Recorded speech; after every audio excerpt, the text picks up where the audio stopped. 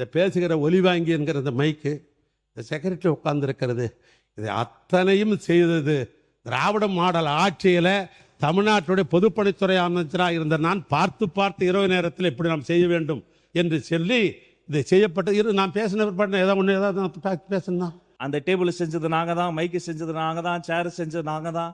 இது மக்கள் வரிப்பணத்தில் செய்யப்பட்டது தமிழ்நாடு அரசால் என்பதை சுட்டி காட்டுகிறேன். ஏன் அந்த அறையிலே இருந்து பணியை பார்க்க வேண்டியதானே? ஏன்னா அங்க தலைமையுடைய சங்கத்தினுடைய தலைவர்கள் அதனுடைய பொறுப்பாளர்கள் பேசுறாங்க, இங்க எங்களுக்கு உணவு அருந்ததுக்கு இடம் கிடையாது, எங்களுக்கு புழங்குறதுக்கு இடம் கிடையாது, ஓய்வுக்கு இடம் கிடையாது, இந்த இடத்தை முழுமையாக எடுத்துக்கொண்டோம் என்று சொன்னால் நாங்க எங்கே போவது என்ற அந்த ஒரு மர்மிங், அதாவது அங்கே பேசப்படுகிறது. அந்த அதிகாரிகள் அலுவலர்கள் பேசுகிறார்கள். ஒரு அவருடைய வசதிக்கோ அவருடைய தேவைக்கோ அவர் கிடையாது. அவரு இன்னைக்கும் சொல்றோம், நாங்க கேம்பெயின் போகும்போது ஒரு சாதாரண ஹோட்டல்ல ஏன் வண்டிலேயே வேன்லயே படுத்துட்டு சாப்பிட்டு அங்கேயே ஒரு 2 மணி நேரம் இருந்துட்டு போறக்கூடிய ஒரு எளிமையான முதல்வர் எங்களுடைய முதல்வர். அதனால இந்த தவறான தகவல்களை அவைக்கு எதுவும் தெரிவிக்க வேண்டாம்.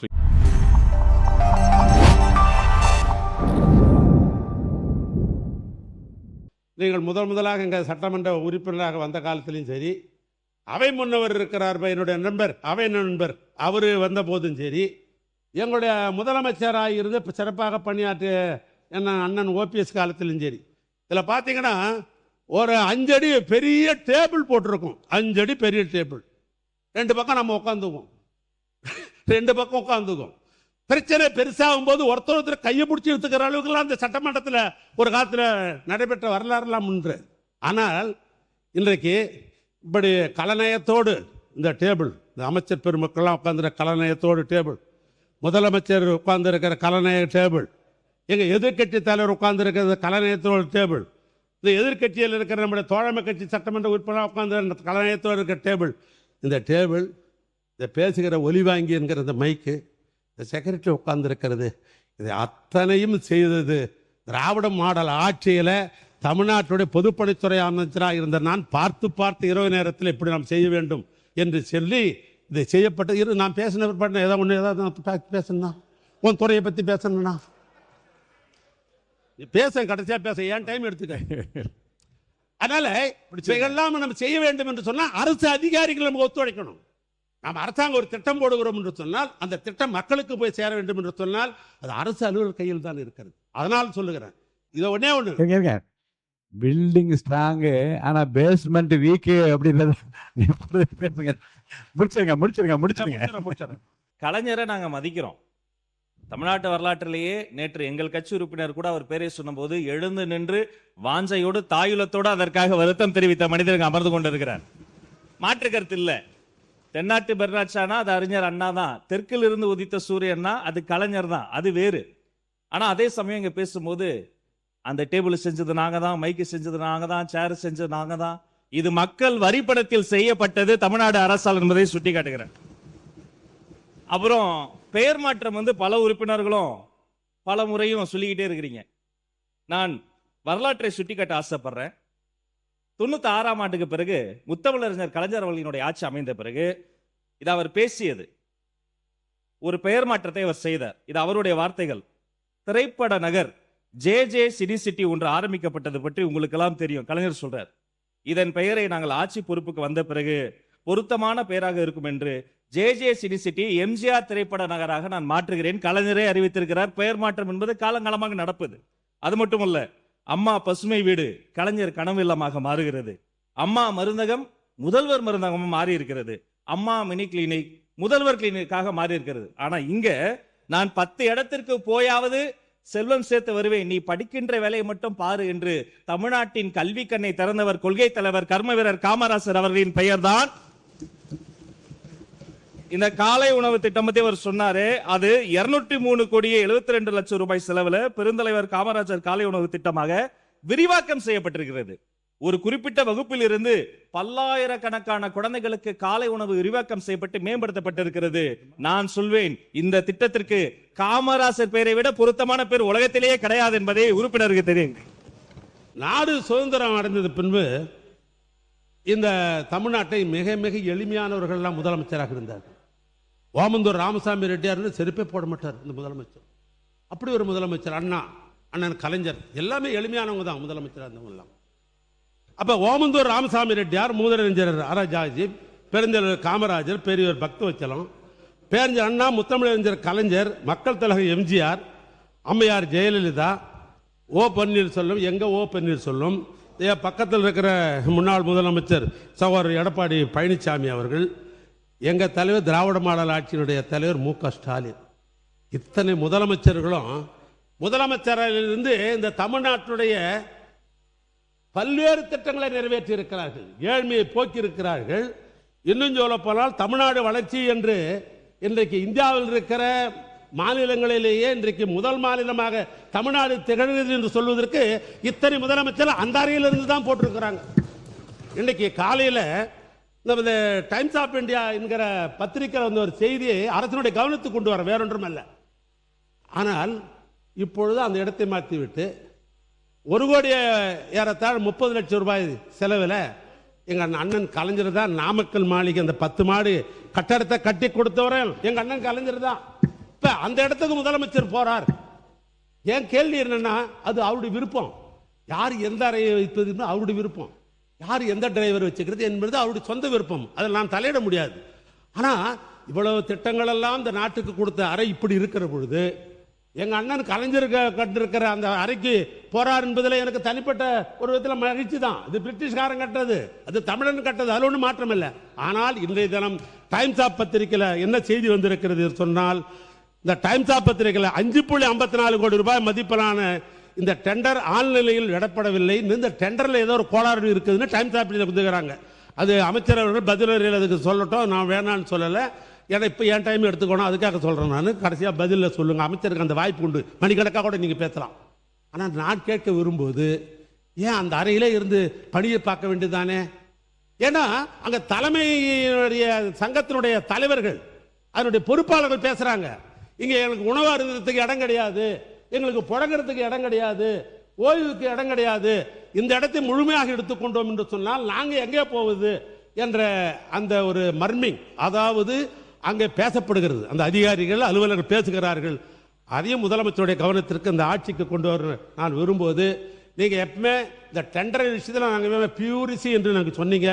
ஆனால் டைம்ஸ் ஆஃப் இந்தியாவில் இன்னைக்கு பக்கம் பக்கமாக இந்த டெண்டர் விஷய பணிகள்லாம் நடந்த பின்பு இப்போ ஆன்லைன் டெண்டர் என்று போடப்பட்டிருக்கிறது என்றெல்லாம் பத்திரிகையில் வந்த செய்தியை மட்டும் உங்களுடைய கவனத்துக்கு கொண்டு வந்து, மாண்புமிகு பேரவைத் தலைவர்களே, தன்னுடைய பேச்சை சிரிச்சுக்கிட்டே, பொதுவாக ஊரில் ஒரு பழமொழி சொல்லுவாங்க, இந்த வாழைப்பழத்தில் ஊசி ஏற்றி அந்த வாழைப்பழத்தையே மக்கள் கொடுப்பாங்களா, அதுதான் அவருடைய பேச்சோடைய கடைசி சுருக்கம். டைம்ஸ் ஆஃப் இந்தியாவை பற்றி சொன்னார். கடந்த 5 வருஷத்துடைய அனைத்து பத்திரிகை செய்திகளை எடுத்து போட்டால் இந்த துறை ஊழல் மட்டும்தான் செஞ்சிருக்குன்னு சொல்ல முடியும் எங்களாலையும்.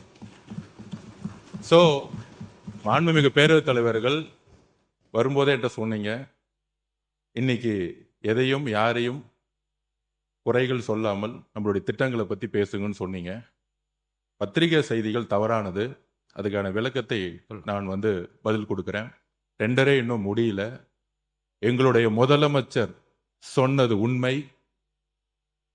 அதில் ஒன்று சொன்னால், ஸ்கெடியூல் ரேட் ஏன் இன்னும் அனௌன்ஸ் பண்ணலன்னு, அதுக்கும் ஒரு காரணம் இருக்குது. எங்களுடைய முதலமைச்சருடைய உரைக்கும் ஸ்கெடியூல் ரேட் அனௌன்ஸ் பண்ணாததுக்கு ஒரு காரணம் இருக்குது. இன்னைக்கு ஸ்கெடியூல் ரேட் அனௌன்ஸ் பண்ணோம்னா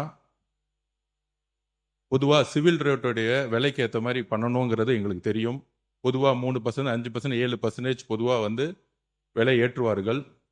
ஆனால் நாங்கள் போன வருஷம் என்ன இருக்கோ ஸ்கெடியூல் ரேட் அதே எல்லா டிபார்ட்மெண்ட்டுக்கும் கொடுத்துருக்கோம். ஏன் அப்படின்னா, இன்றைக்கு கூடிய சீக்கிரத்தில் வெள்ளை அறிக்கையை வெளியிட போகிறோம். நெடுஞ்சாலை துறையிலையும் பொதுப்பணித்துறையிலையும் கடந்த 5 வருடங்களாக நடந்த அனைத்து டெண்டர்களையும் என்ன நடந்தது என்று இன்றைக்கு அவையில் நாங்கள் சொல்ல விரும்பல.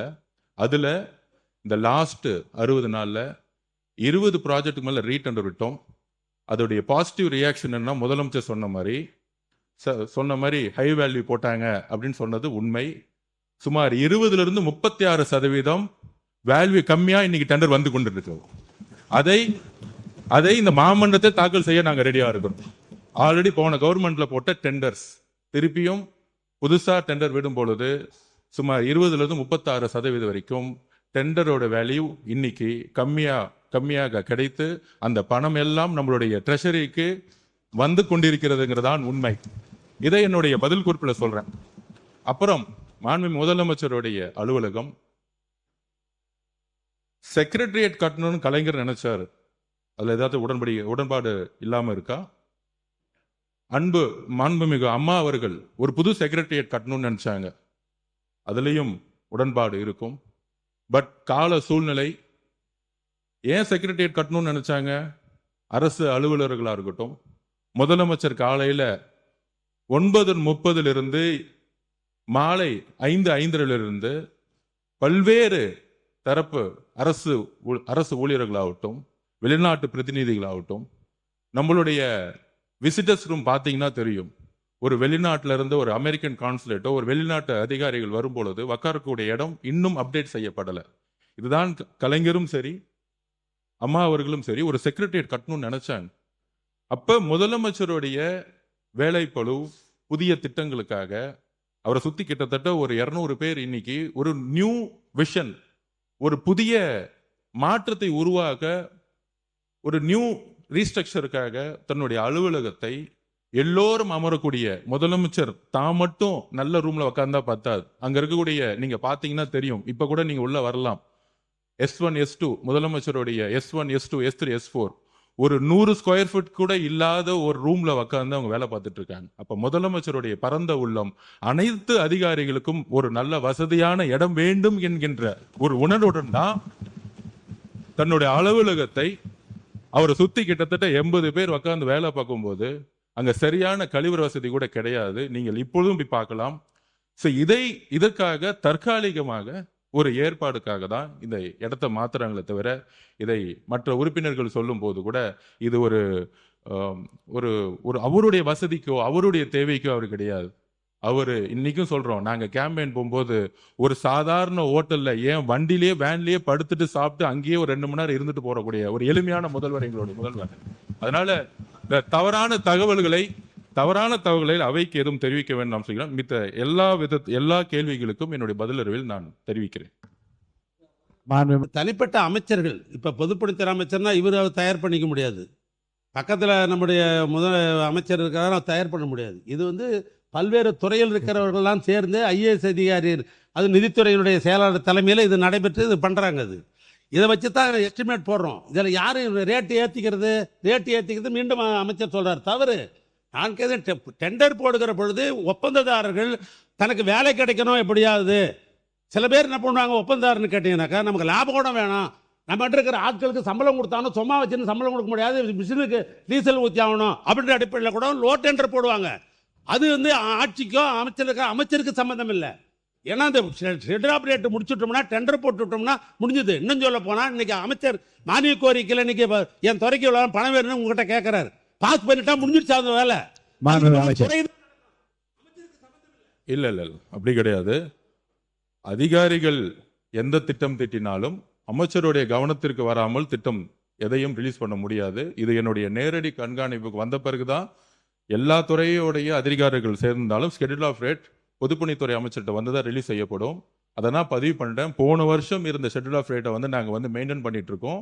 அது ஏன்னா இப்போ நாம் ஒரு 7% 10% ஏற்றிட்டா இப்போ டெண்டர் விடக்கூடிய இடத்துல நாம் சொல்ற மாதிரி முன்னாடி அதிகமான வேல்யூ பண்ணி டெண்டர் விட்டதெல்லாம் இன்னைக்கு 20% 36% வரும்பொழுது இந்த ஷெட்யூல் ஆஃப் ரேட்டை கம்பேர் பண்ண ஆரம்பிச்சிருவாங்க. இன்னைக்கு இருக்க ஷெட்யூல் ஆஃப் ரேட் படி தானே அவங்களும் விடுறாங்க. அப்படிங்கிறதுக்காக இதை எங்களுடைய வெள்ளை அறிக்கையில் தெளிவாக நாங்கள் பதிவு பண்ணுவோம். மாண்பு உறுப்பினர்